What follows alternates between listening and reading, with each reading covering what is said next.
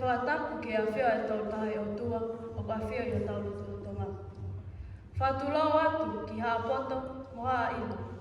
Ki haa taula eiki mo haa whaiwhikau. Ki haa hau eiki mo haa mata puli pehe ki haa tau i whonua. Ki he kautaki mo haa tau kei he whaiwalea mo no uinga. Ki haa sola mo haa vulangi o kutaka. Kai ata mua mo kita, ke whakakato ai ki whatongia, ko whakawhatongia ia ki au i he wike mauinga, o e lea whatonga. Ko o tua mo tonga, ko hoku tofi. Ki mua ke whai atu ai ki whahoa ani, o kua whia ke whakahaa atua. Ko hoku ingoa, ko sera mataele, o ku te whakakau ngā tamaki i he kolisi whewhine a ki sponi. O kua tau taha walu, koe whika whaau i he whanau, a wheli waki mataele o whele aitoa, mo maata tonga mataele o lei mātua.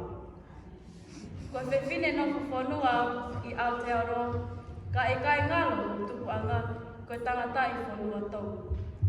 Mamahi a tonga, moe mate ma a tau. Kau whoki ke e kaweika. Koe ngai mau inga o e lea whatonga.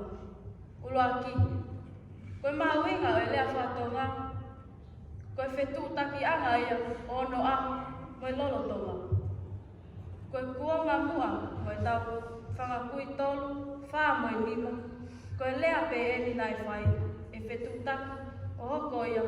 Koe whetau laki anga o tatau ke whamili moe whonua. Pea mo oni e lea o taka.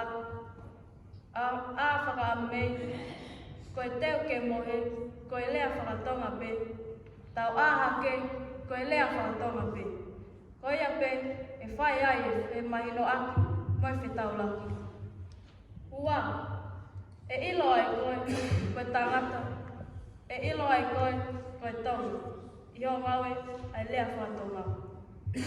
Tau whakatata pe e, koe tau i e whanua, koe tau nofo i e whanua muli koe ni. O kukiri tatau pe ai ailani kotoa. Pea tau whe puli ngaki, mo whe tau laki, tau te whito, ka oki a sopingi, pe whea. Ka ko e te whanongo pe whakaongo ke leangi, pe koe haa moa nai, pe tonga. Pea lava lewa ke te whakalea, he koe tahai koloa ia ai tonga, koe i loi o to tonga. O ku te whakawhelongo aki, he koe kau tonga, o ngoi pe ai tonga. Tolu, koe mahino ai whetau laki, me mātua toa lahi me ngahi kui, moe whamili.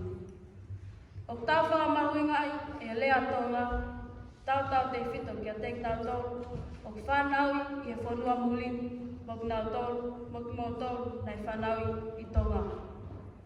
Kai omi kei talawo si i ki hei, o whahoko ai, ai tai mahino aki, koe huipe, koe anga o whetutaki. Ko o pehe ke ta si lea whapalangi, ke e ta whangakui, he e te tau whetau laki ai awhe, pe e iku o tau tea ai ki tau. He a tāloa, ka koe uhi whoki, koe mahu inga ia e ta nofo pe, ki e ta lea whatonga.